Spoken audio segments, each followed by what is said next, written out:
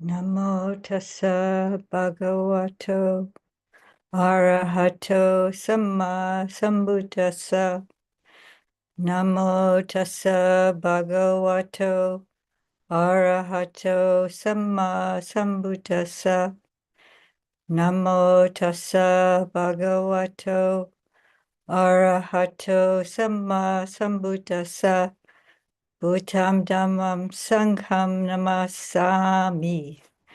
We're now live, and welcome, Kat. I'm gonna just, there we go.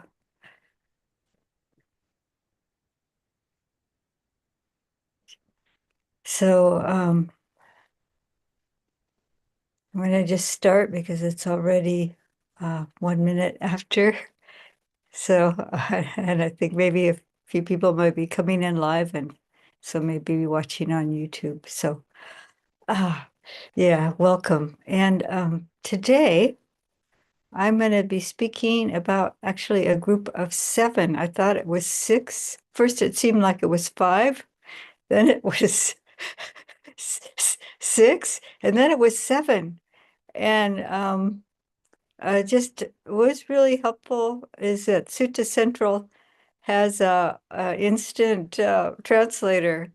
So I'll show you as we go along how I came to that conclusion. And then I went and I looked. This used to be my sole resources, these wisdom publication.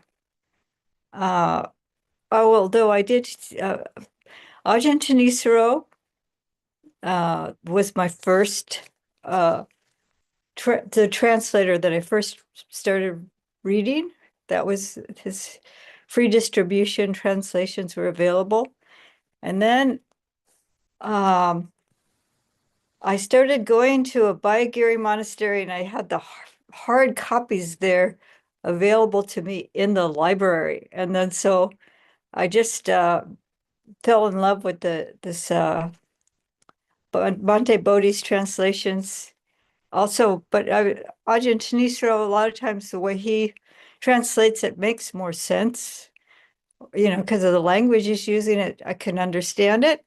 And sometimes some Bhikkhu Bodhi's, the way he translates, it's just language, how it is. So, or just reading it and hearing it in a different, framed in a different way slightly, sometimes it helps with understanding it. So I do recommend looking at different translations by different translators.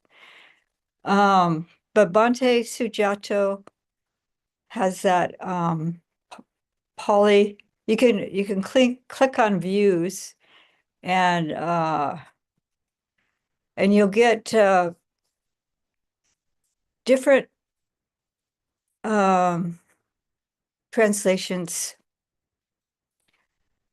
list of translations, and then you can see, oh, this is why he chose it. I'm going, why did he choose choices for Sankara? And I said, that doesn't sound right at all. And then he's not making it up, because it's there, and somehow it's there in the list of the translations for Sankara. So, and then he has his, he's very staunch about that translation. He's like, no, that's the most appropriate one of the single English words. And this is the problem too, is that I think it's like English too. There's in different contexts, different words mean different things. The words mean and used in a different context mean something different, entirely different sometimes. So anyway, so I'm just getting back to that. It's kind of I want to thank you, actually. I want to thank you that I'm doing this morning program, and the people are listening, because I start doing my own study and investigation, and because I want to be able to talk about a sutta, and something that looks like just, oh, you can read through and there's these repetitions and you just kind of read through, but unless you really start looking closely and pondering it and looking at the Pali or looking at different translations. And that's how I started out, with just different translations and comparing translations. And but we're gifted now with this the way it's set up on Sutta Central, where we can, it's so easy, just as you don't have to pick up a giant dictionary. Just, well, let's see, the Pali alphabet is different than English, and so where is S? It's not even like you can, it's like it's like if you've studied Pali at all, you know what I'm talking about. It's like a little, you have to memorize a different alphabet as well as everything else. So anyway, I'm just thanking you for encouraging me to continue my study instead of getting lazy about it. So now I am going to share a sutta, and it's actually the sutta previous to the ones that we put in the announcement, because I realized it's a group of 7, not a group of 6. So here, there we go. So you can see that. Yes, all right. So this is Good Friends, the Kalyanamita Sutta. And I had thought of doing that, but that I thought, well, that's what I did last time, wasn't it? So, but it's a different, there's like, and then it says here first, so there's more than one grouping of 7. So that's what threw me off too, because there's more than one suttas that are entitled Good Friends. And this is in the, it's a Surya Paya. This is a Surya's sun, and Paya is the repetition. Payala. There we go. The chapter of the Book of Fives. Okay, it doesn't, anyway, it doesn't translate it. But in Surya is sun, and the Payala is the repetitions, and Waga is the book. There's like books within books. They don't have like the word chapter. So somehow you're supposed to understand. I don't know how.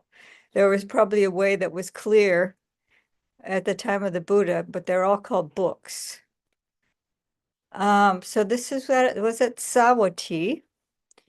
And I'm just going to read through this. I'm not going to go into too much detail about this. And then the core part of it, I'll get into more detail. But it says, mendicants, the dawn is the forerunner and precursor of the sunrise. In the same way, good friendship is the forerunner and the precursor of the Noble Eightfold Path for a mendicant. So just think of yourself as a monk or a mendicant. Yeah, that's what I had that instruction. Nyanaponika, I think, who was saying when you're reading the Satipatthana, just think that the Buddha is talking to everybody when he says monk. It's not just the bhikkhus. So a mendicant with good friends can expect to develop and cultivate the Noble Eightfold Path. So this gets us started on the path, the friendship with people that are more knowledgeable than us, or somebody inspires us. This is like it gets us started on the path and continues to encourage us. And how does a mendicant with good friends develop and cultivate the Noble Eightfold Path? This is actually interesting, because I was sort of, what is the meaning of how do they do it? And this is the way they do it, the manner in which they do it.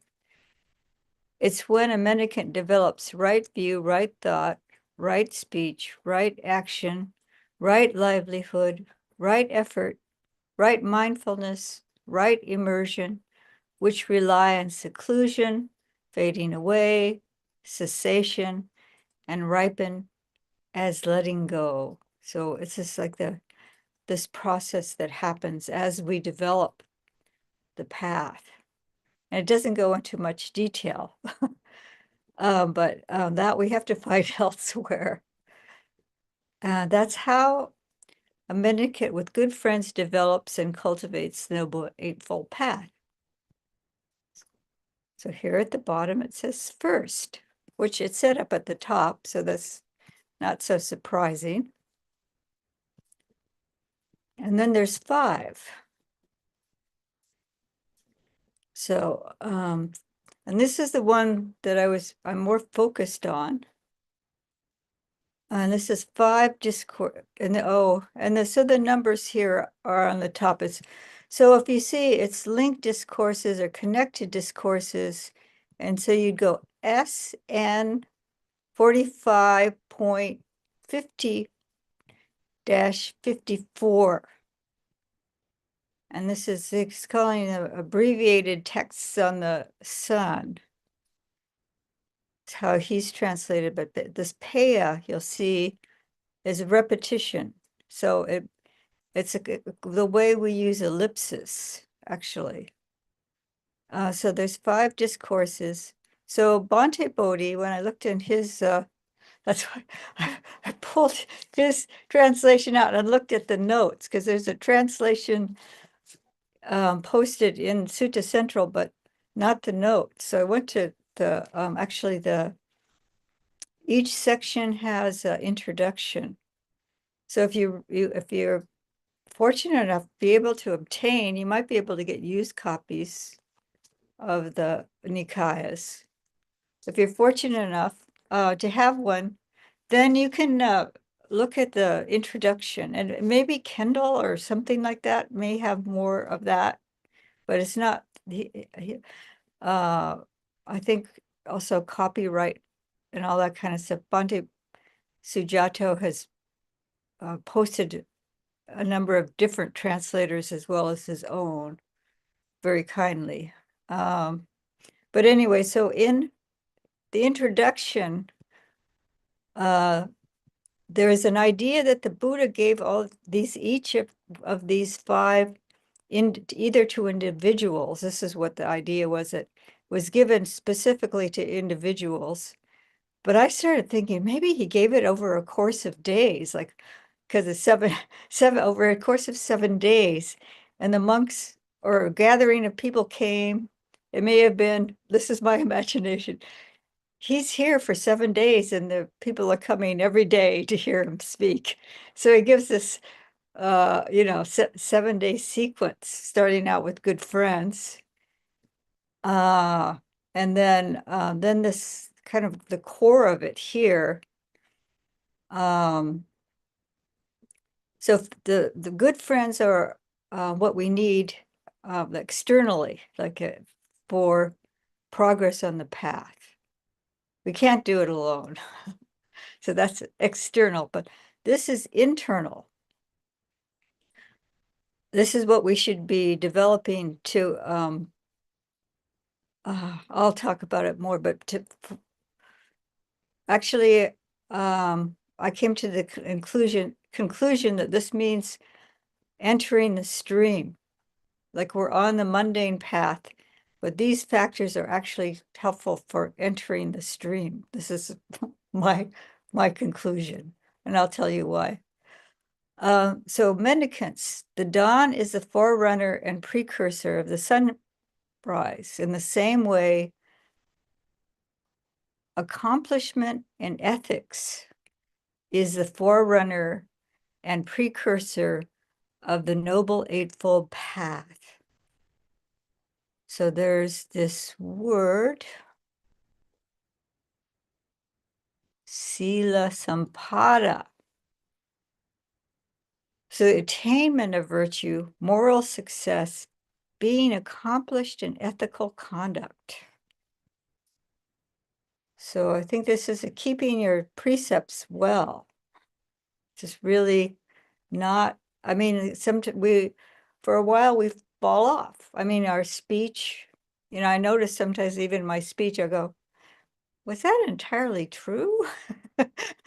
I go, oh dear. Yeah, maybe that was, I should talk to the person and say, actually, that wasn't entirely true, what I said. Maybe that was there's habits, we exaggerate, we say things just to make it easy to just say it quickly or whatever.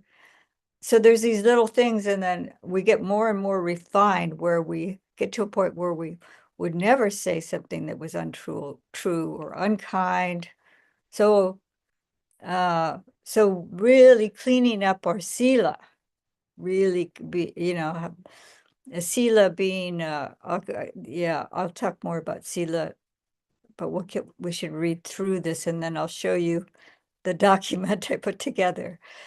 So men accomplished in ethics can expect, and this is where the ellipses come in. So think of this as each, when you saw we read on the good friendship, they can expect to develop the Noble Eightfold Path. This is what they're leading into here. A men accomplished in ethics can expect, accomplished in enthusiasm, that's chanda, which is, here it's just translated as interest, but there's other translations of chanda.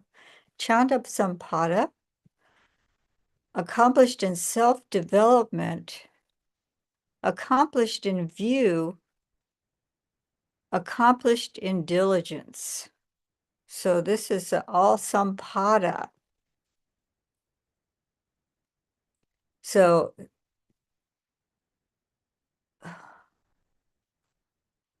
okay, so here, this is pretty interesting. This is atta, and most people know atta as anatta, non-self, right? In Buddhism, isn't this what we're supposed to be doing? It's understanding non-self and, developing abandoning of self or something like that. So he's talking here about self-development is how Bhante Sujato has translated it. And then there's Ditti Sampada, accomplished in view, and successful attainment of view, epithet of stream entry. And this is why I said to myself, I think this is actually talking about stream entry because to be really accomplished in view would be entering the stream. Then you would actually possess the Four Noble Truths. It's called possessing, like you really understand it deeply, and there's no doubt in your mind. This is the truth. These four Noble Truths are reality, and the Noble Eightfold Path is the way. There's no doubt in my mind. If you were a stream enterer, that's what you would be saying. So this is what they've accomplished. Their view has been accomplished, that they're on the super mundane path at this point. So this is why this group of 7 this is 5. Okay. So then the last one is diligence. And there's a whole wagga, a whole chapter or book in the Dhammapada. It's a Appamada wagga.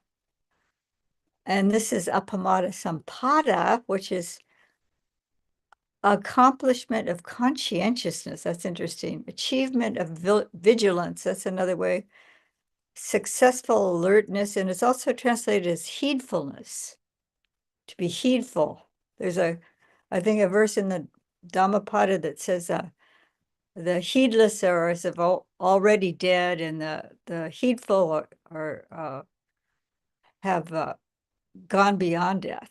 They realize the deathless, or the path to the deathless. I think that's what it is. It's the path to the deathless. The heedful are on the path to the deathless, and the heedless are all as if already dead. So this is where appamada, heedfulness, Diligence is important. Now, here, this is what clued me in. Sixth, so there's 5 of them, right? So there's the first, and this is the next 5 plus 5 is 6, right? Okay.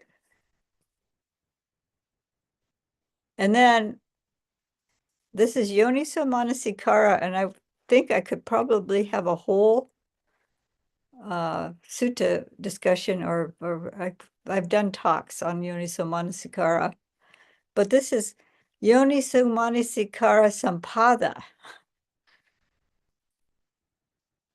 But this, if you look at the suttas, you'll see the Buddha makes a statement about something, and then there'll be the ellipsis, like just as this dawn is precursor to the rising of the sun, then this one is the precursor to the rising of the Noble Eightfold Path, and goes through the list. And then they conclude with the reframing it again. And so this is what they're doing with Yonisomanasikāra. Or just mendicants. The dawn is the forerunner and precursor of the sunrise. In the same way, accomplishment in rational application of mind. This is Bodhisujata. This is another one that kind of shook me a little bit when I saw this translation. Rational application of mind is the forerunner and precursor of the Noble Eightfold Path for a mendicant. So here's Yonisomanasikāra, accomplished in radical attention. Isn't that interesting? This is all different from probably a few or no other translations of Yonisomanasikāra. These may be both new to you. I was like, I'm not familiar with either of these. A mendicant accomplished in rational application of mind can expect to develop and cultivate the Noble Eightfold Path. And how does a mendicant accomplished in radical application of mind develop and cultivate the Noble Eightfold Path? You see now, here's it's closing the ellipse, it's making it a complete sutta here.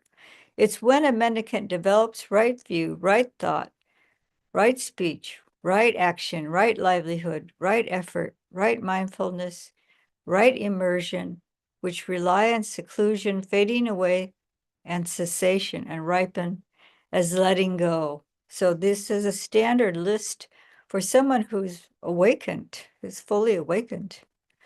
So this is somebody on someone, a Seika, probably training for arhatship.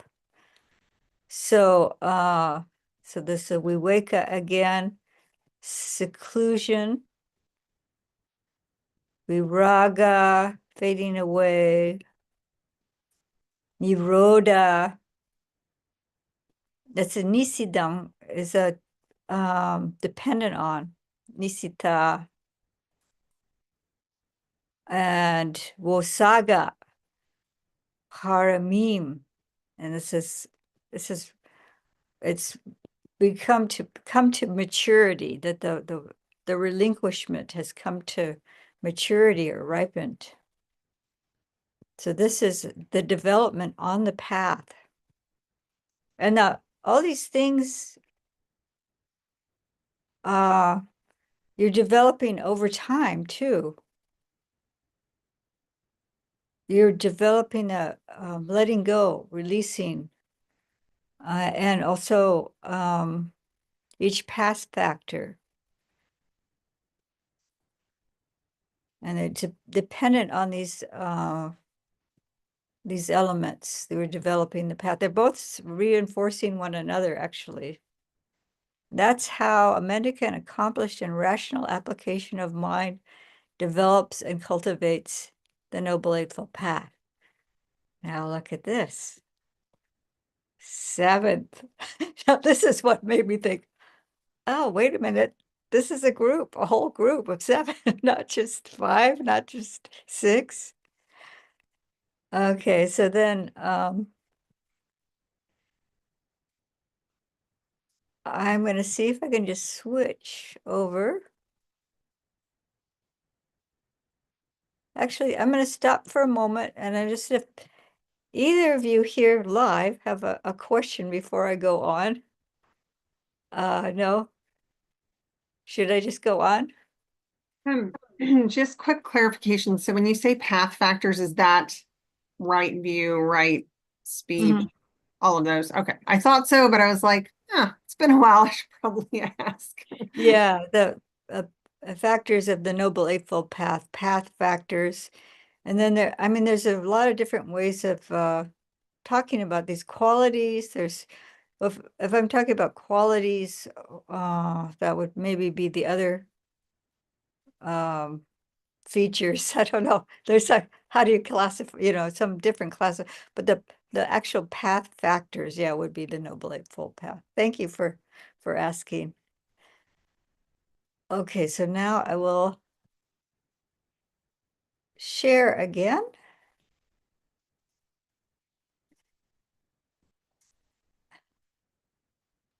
Okay, so this is a document that I put together.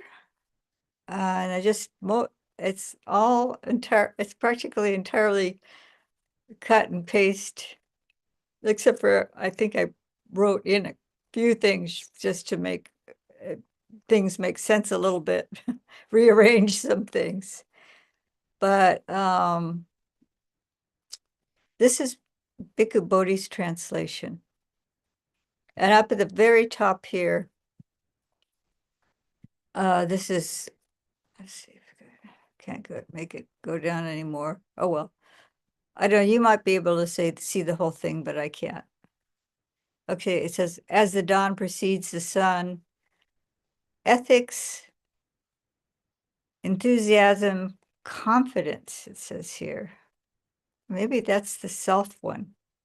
And that's confidence. And so Sīla, Chanda, Atta. Oh, and then view. Okay. Right view, I think. That's what's being blocked. And diligence, or appamada, precedes the Noble Eightfold Path. And so I've just put those there just because to compare quickly how Bhante Bodhi is translated. These same words are basically the same, just slightly different. Bhikkhus, this is the forerunner and precursor of the rising of the sun. That is the dawn. So too, bhikkhus, a bhikkhu, for a bhikkhu, this is the forerunner and precursor of the arising of the Noble Eightfold Path. That is, accomplishment in virtue, accomplishment in desire, accomplishment in self. So he just says self. Accomplishment in view, accomplishment in diligence, accomplishment in careful attention. This is the one that's most different than the, oh, that's another thing. This is 5 and this is 6. So he's put Yonisomanasikāra in here. And so instead of rational, this is it's even harder for me to remember Bhante Sujato's translation, but it's in here too. Rational application of mind, I think it was. Oh, sorry, Bhante, I can't remember. It's too complex. It's also when you have to relearn something, it's harder than the original learning. So careful attention, wise attention. I don't know, there's a number of ways this is translated. And how does a bhikkhu who is accomplished in careful attention develop and cultivate? See, now he's got it, so it actually concludes with the 6th one. Accomplished in careful attention, develop and cultivate the Noble Eightfold Path. Here, bhikkhu is a bhikkhu develops right view, which is based on seclusion, dispassion, cessation, maturing, and release. He develops right concentration, which is based on seclusion, dispassion, cessation, maturing, and release. So he's ellipsed it here for, he doesn't have all 8 path factors. In the same way, bhikkhus, that a bhikkhu who is accomplished in careful attention develops and cultivates the Noble Eightfold Path. So here's Ajahn Thanissharo's translation. Monks, this is the forerunner, the harbinger of the rising of the sun. That is, i.e., dawnrise. In the same way,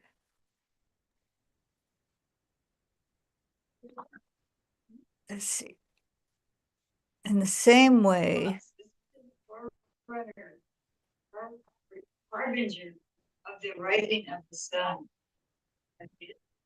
Whoops. Could you please mute yourself? Thank you. Welcome. So we're just starting reading Ajahn Thanissharo's translation. So in the same way, this is the forerunner, the harbinger of the rising of the Noble Eightfold Path in a monk.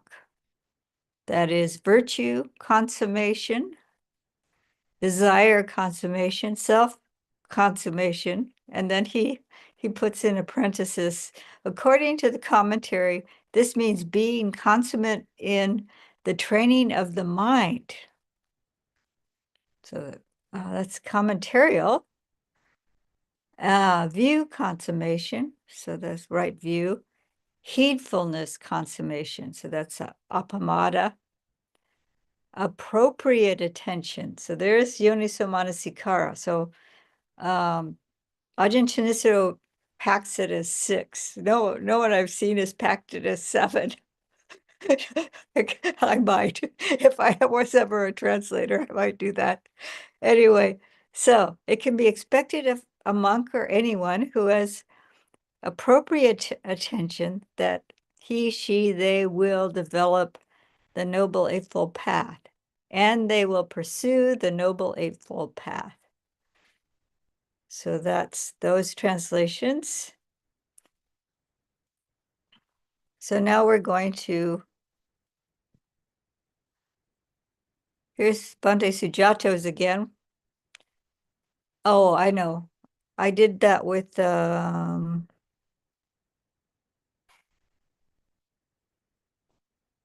I did my own little bit of editing so that we could make it not each one, but show how, what did I do here?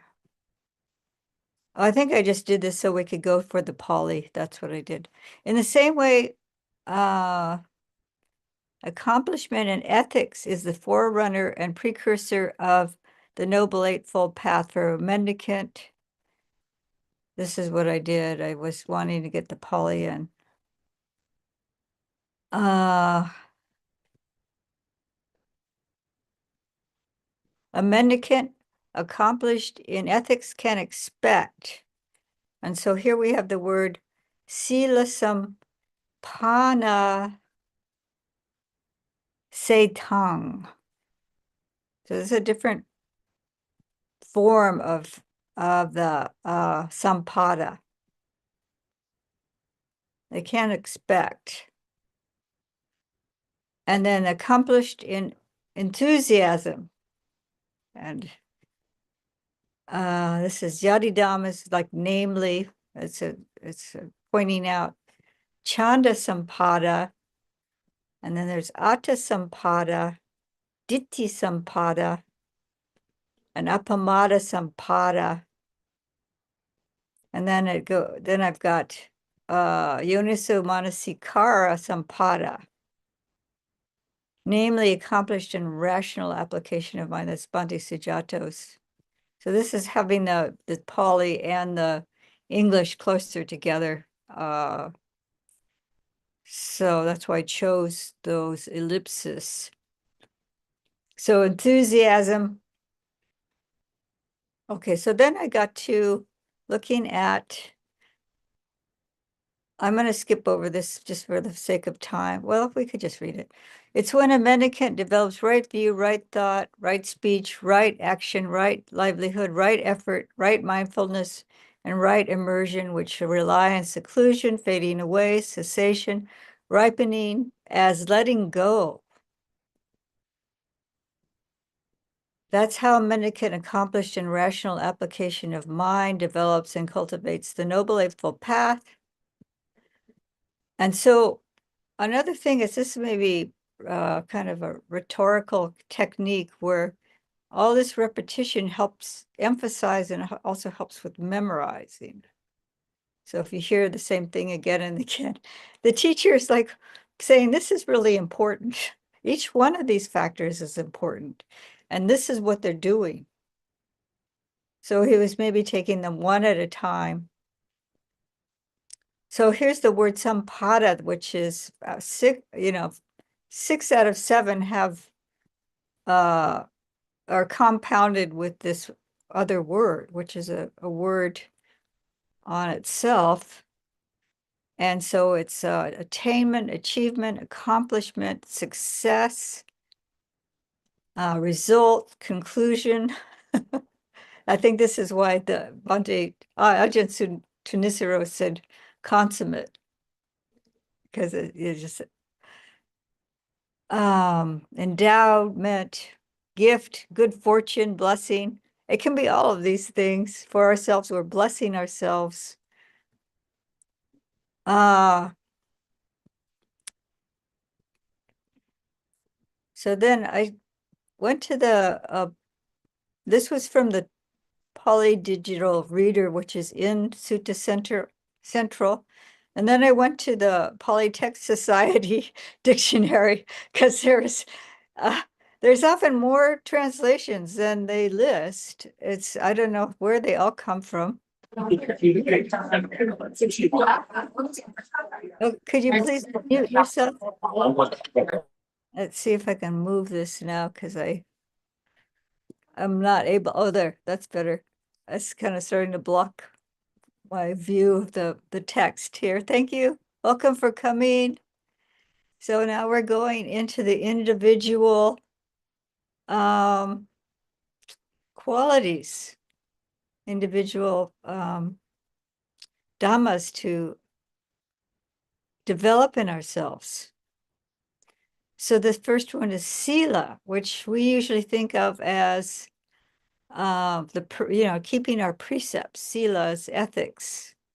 But it says nature, character, habit, behavior. So we are aspiring for ethical ethics, good sila, morality, but it's habits becoming our character. So we're really keeping our sila well. Then see, they can even be of stingy character. Here it says adana, not giving, someone who's not giving in character. But usually when we're speaking about sila, we're talking about good sila. That's unassumed. It's usually used in that way. See, and here it says dasa sila, which is it says items of good character. So that's 10 precepts. And then Sila Samyutta is living under a moral self-restraint. And then here's Sampati, which is related to Sampada. It's a different form. It's just a different grammatical form. And so this is accomplished in Sila. And here's Sampada again, which is interesting because now it's saying practice of morality. So it's this practice. So it is a deep something that we're developing, we're practicing. So, but I think in that sutta, they're really talking about really being accomplished in it, and as it's become part of our character. The sila, the keeping the precepts well, keeping a ethical conduct well. It's part of our character. Ah, and this is some little side thing I found. It's that seal, as in is a in the meaning of samadhi. There's somehow it's related to samadhi, but that's just kind of aside and grammat, so you might run into it in translating, but I don't know how useful it is, but it's just something to note. And then here, chanda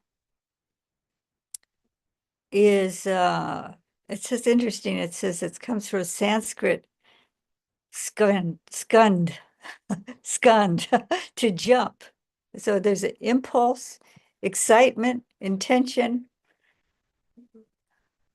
resolution, will, desire. I think most people here will, desire, wish for. So chanda, it can be wholesome or unwholesome desire. So if you're desiring to enter the Noble Eightfold Path, to really attain the path, then zeal. Zeal is another one. It says chanda sampada is the blessing of zeal. So that's very different from, this is Polytech Society's translation of this word that we've encountered earlier. So accomplished in zeal, accomplished, or the blessing of zeal. So, and then Ditti Sampada is successful attainment of view, epithet of stream entry. And so we saw that already, that translation already. So that's not new, but that's just to reinforce that Polytech Society is saying, yes, it has to do with entering the stream. And appamado is alertness, care, carefulness, caution, vigilance, diligence, conscientiousness, heedfulness. So I think the idea of care, heedfulness, and then keeping at it, it's probably some combination of this being careful and cautious and diligent, like really keeping with it. It would be like a constant, it would be like mindfulness or something like that. So then I wanted to get back to the atta sampada, because that's very, let's just the use of the word atta. I usually think of self as like, oh, selfish and something we want to get rid of and stuff like that. But here, it's used as self-development. So first we have to develop a wholesome kind of conventional self. The self is always in flux, but if we try to abandon this idea of a self before we're really established in wholesome qualities, then some people they have a psychotic break if they really try to force this is a known thing in these deep Vipassana retreats, and people are there for months and they're pushing too hard at this idea of non-self, but it's not wholesome. It becomes unwholesome, actually. So first we have to develop a wholesome convention of a self, even though it's impermanent. It's not really ours. I mean, I'm borrowing all this information from somebody else, right? I'm talking about it. I have some understanding of it, but it's not really mine, is it? Everything, this body, everything that we've learned, how we're conditioned, it's all coming from someplace else. And it's always changing. I'm not the same person I was 20 years ago, or, it's always in flux, but that's okay. Just the nature of things. So This is becoming at ease with that is part of what understanding non-self is about, is to really be comfortable with that. So this Attasampada, I think I have the translation for autis further down, but I did some more research and I was like, well, where does this phrase Attasampada appear elsewhere? And this is just one of 8. And Uttara is instructing the monks to look at where we've gone wrong, our failings, like we have to reflect on our mistakes, right? But he also says it's good for a mendicant to check their own successes from time to time. So this is Attasampatim, but it's the same word, it's just a different form. It's a accusative, which this sampada is like well, it's like this is the subject and this is the object kind of thing, because it's like this is what they're talking about. This is the object and this is the subject that we should check ourselves for. We should really acknowledge where we've succeeded. So this is the Attasampatim. So like when you see that you're accomplished in view, this is like a success, right? When you see that you're, oh, my Sīla, I used to be, like more careless about just picking up something that didn't belong to me, like if it was a pencil or a cookie or something, I don't know, I'm just making something up. And now I'm noticing I don't even have the impulse to do that anymore. It used to be, I saw something like laying around, oh, no one's going to notice it's missing, and I'd pilfer it. Oh, something like that. I'm just saying. So you notice in yourself, oh, okay, that was a failing when I did that. And then I noticed that, oh, okay, this is not wholesome. I abandoned it. And now I'm seeing I don't even have the impulse to do some, something like that. I'm not saying yeah, anyway, that's just an example of how you would notice in yourself, I've abandoned that behavior. So then I kept researching. I took a little bit of time with this one because it's like, I'm sure I read it, but I just kind of went over it. Maybe I went into the notes and, oh, that's what they're talking about. And then kept, you just, when you're reading, sometimes you can just keep reading and not really contemplate it deeply.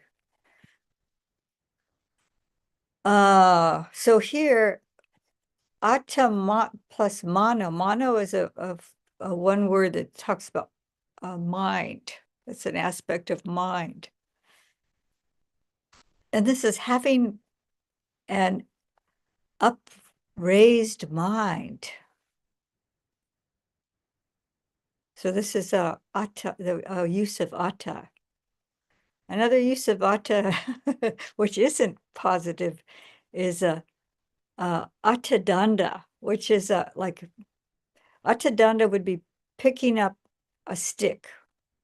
And now what it means is picking up, what is it called? The actual, how it's used, it's in the Sutta Nipata, and attadanda is taking up arms. So a danda, stick or a staff, would be like a weapon. So atta, I don't know the word for cup, but atta cup I don't know. Would be taking it up, picking it up. So taking it to yourself. But that's an example of, I looked up IE because I see that all the time, but I'm not exactly sure what IE is. And it's something like id est or something like that, which means that is in Greek or something, or Latin. I don't know. I'm not a Latin scholar. But anyway, so this is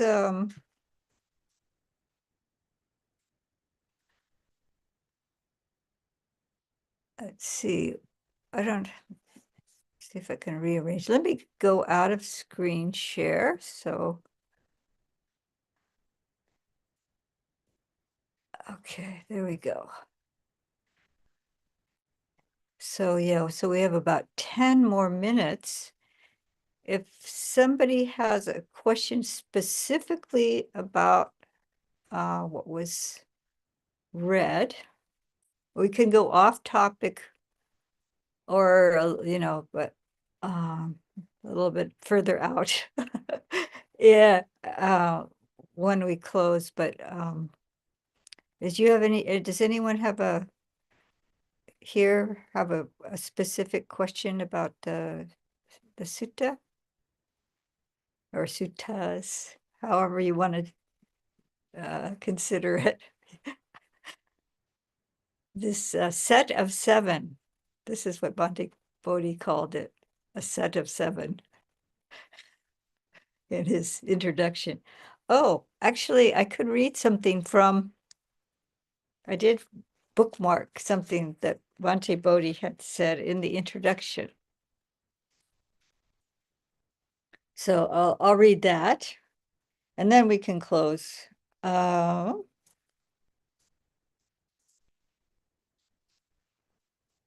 Okay. It says, with Wagga 6, the Paela or repetition series begins. The first three Waggas of this type mention 7 prerequisites and aids for the arising of the Noble Eightfold Path. Do you have it memorized now? Do you have the 7 memorized? Okay, so he lists them here. The 7, okay. The first, okay, I lost it. And mentions 7 prerequisites and aids for the arising of the Noble Eightfold Path, presumably in its excuse me, I have a hard time pronouncing this word for some reason. Transcendental, there it is, transcendental dimension. The 7 conditions are good friendship, kalyana mita, virtue, sila, desire, chanda, which is wholesome desire for the goal, self, atta, perhaps meaning self-possession. That's an interesting way of looking at it. And view, ditthi, the conceptual right view of karma and its fruit, and the Four Noble Truths, diligence, appamada, heedfulness in the practice, and careful attention, Yonisomanasikāra, thorough consideration of things in ways conducive to spiritual growth. Elsewhere, the Buddha singles out good friendship as the chief external aid in the practice of his teaching, and careful attention as the chief internal aid for entering the path. Transcendental. So these are factors that are to help us on the path. And you can, you have the, the sutta reference, so you can go over again on your leisure to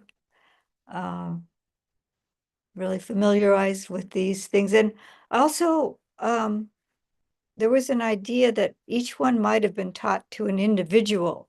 So maybe that one of these is a really important in your progress of the path. So you might consider this list and say, oh, what is it? Which one of these may be something I really need to be working with You really need to be working with some people. Sīla seems like a good starting point for some people. And others, atta maybe, this raising up my mind and seeing my successes and really acknowledging the good qualities in order to reinforce those good qualities, which in the end is non-self, but who cares at this point? Anyway, so I offer this for your reflection, and we can close with paying homage to the Buddha. And then those who are here live on Zoom can stay on, and then we'll have a little bit of discussion.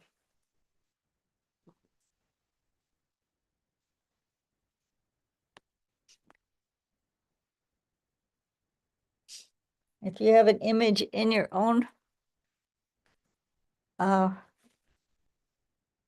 domain, you can bow to that if you care.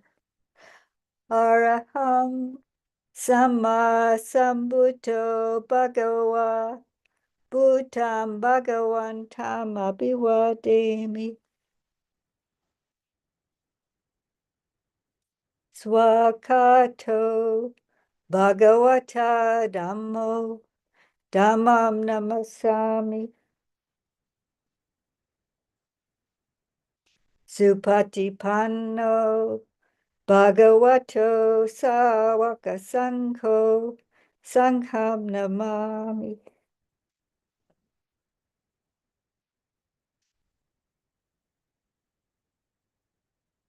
And thank you for those on YouTube for joining, and we're going to close on live